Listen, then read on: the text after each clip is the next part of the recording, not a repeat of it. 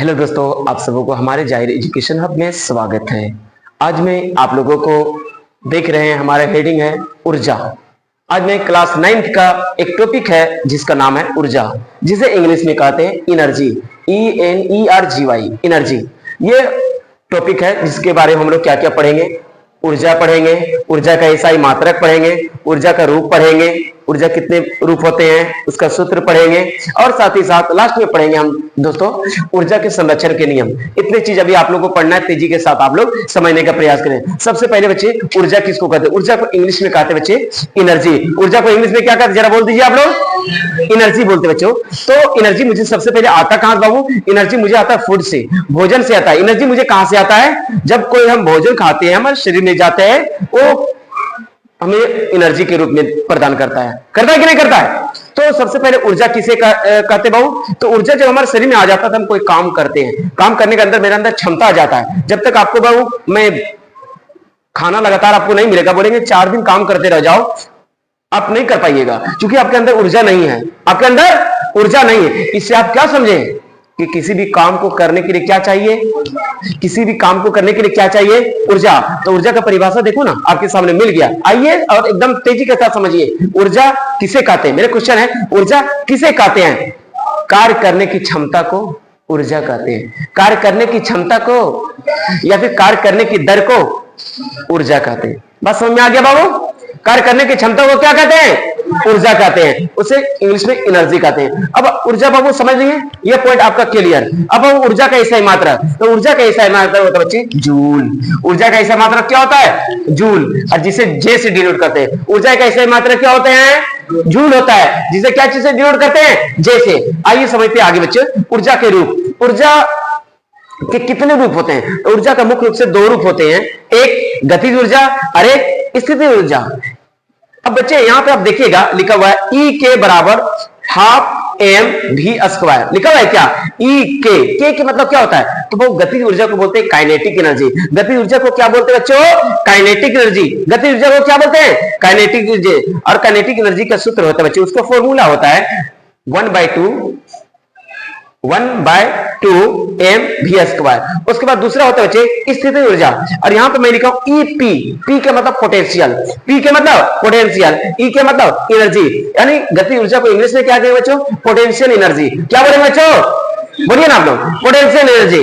बात समझ रहे हैं? अब पोटेंशियल एनर्जी का उसका फॉर्मूला होता है mgh। अब जरा समझिए बच्चे, गतिज ऊर्जा किसको कहते हैं? जब हम कोई भी चीज को गति करते हैं, कोई भी चीज को हम लोग क्या करते हैं? गति करते हैं। गति करने के बाद उसमें क्या आ जाता है? ऊर्जा आ जाता है। उसमें क्या आ जाता है? ऊर्जा आ जाता है। और ऊर्जा आ जाता है, ऐसे ऊर्जा को हम लोग कहेंगे गति ऊर्जा। यानी किसी वस्तु को गति करने के बाद, किसी वस्तु को गति करने के बाद जो ऊर्जा आ जाता है उसको क्या कहेंगे? गति ऊर्जा। फॉर एग्जाम्पल समझिए, आप देखे होंगे मैदान में क्रिकेट खेलते होंगे, तो बॉलर क्या करता है? अपना हाथ ऐसे घुमाता घुमाता और बॉलिंग को फेंक देता है, फेंकता है विकेट के पास। अब विकेट से लगती है, विकेट क्या होता है?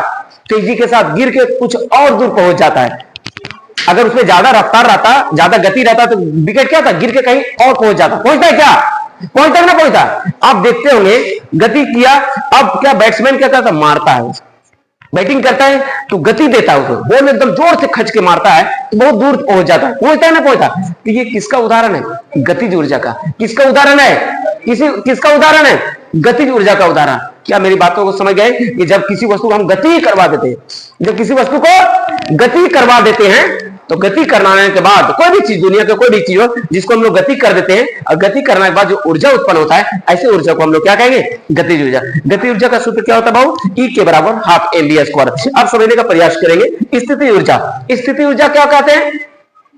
किसी भी वस्तु में पहले से ऊर्जा मौजूद होती है। किसी भी वस्तु में जब पहले से ऊर्जा मौजूद होती है, वैसी ऊर्जा को बोलते हैं संचित ऊर्जा। कौन सी ऊर्जा कहते हैं? कौन सी ऊर्जा? संचित ऊर्जा। कौन सी ऊर्जा बाबू? संचित ऊर्जा। और संचित ऊर्जा में थोड़ा सा उसका अवस्था या स्थिति में परिवर्तन किया जाता है। अवस्था या स्थिति में परिवर्तन किया जाता है। स्थिति नाम ही है तो नाम होगा, यानी किसी भी वस्तु का अवस्था या स्थिति में परिवर्तन करने के बाद उसमें ऊर्जा आ जाए। परिवर्तन करने के बाद उसमें क्या आ जाए? ऊर्जा आ जाए। ऐसे ऊर्जा को क्या बोलेंगे बाबू? स्थितिज ऊर्जा। क्या कौन सा ऊर्जा कहेंगे? आप लोग देखे होंगे बच्चे, आप लोग क्या देखे होंगे? बच्चे लोग एक गाड़ी चलाता है, छोटा सा गाड़ी, चाबी वाला गाड़ी, देखे क्या? तो गाड़ी यहां रुकी हुई, खाली थोड़ा सा चाबी ऐंठ दो, थोड़ा सा चाबी ऐंठ दो, गाड़ी हूं करके चलते जाते है क्या। एक होता है बाबू मेरे पास घड़ी, एक होता है मेरे पास क्या होता है, वॉच होता है। तो दुकान में लीजिएगा तो वॉच बंद रहता है, क्या रहता है, बंद रहता है, लेकिन उसका चाबी रहता है देने का। चाबी को आप चालू कर दीजिए, घड़ी आपका क्या होता है, क्या करता है, घड़ी आपका घूमने लगता है। तो भाई ये संचित ऊर्जा है रहता है, इसको क्या कहेंगे, संचित ऊर्जा। तो आप समझ गए स्थिति ऊर्जा किसको कहते हैं भाऊ, कोई वस्तु में पहले से संचित ऊर्जा पाए जाते हैं, संचित ऊर्जा को ही क्या कहेंगे, स्थिति ऊर्जा। और अगर ऐसे नहीं समझ में आता है तो ऐसे बोलेंगे बाबू कि कोई भी वस्तु को अवस्था या स्थिति में परिवर्तन करने के बाद, अवस्था या स्थिति में परिवर्तन करने के बाद जो ऊर्जा उत्पन्न होते हैं, ऐसे ऊर्जा को क्या कहेंगे, बोलिए ना, स्थिति ऊर्जा। स्थिति ऊर्जा का फॉर्मूला क्या होता है बाबू, ईपी बराबर mgh। क्या यहां तक क्लियर, यहां तक क्लियर। इससे बच्चों मैं क्वेश्चन दूंगा, नॉमेरिकल दूंगा मैं बनाने के लिए, समझ रहे हैं। अब आइए यहां जरा समझने का प्रयास करें बच्चों। ये आपका क्या, ऊर्जा संरक्षण के नियम, ये क्या बच्चे, बोलिए बोलिए, आप एक साथ जरा बोल दीजिए ना, ऊर्जा संरक्षण के नियम। बच्चे ऊर्जा संरक्षण के नियम किसको कहते हैं, आइए जरा हम लोग समझने का प्रयास करें। ऊर्जा संरक्षण नियम क्या होती है भाऊ, दुनिया जितना भी हम लोग काम करते हैं बच्चों, मतलब जो भी चीज ऊर्जा उत्पन्न होता है, वो ऊर्जा रुकती नहीं, एक से दूसरे में, दूसरे से तीसरे में, तीसरे से चौथे में, वो चलते रहती है।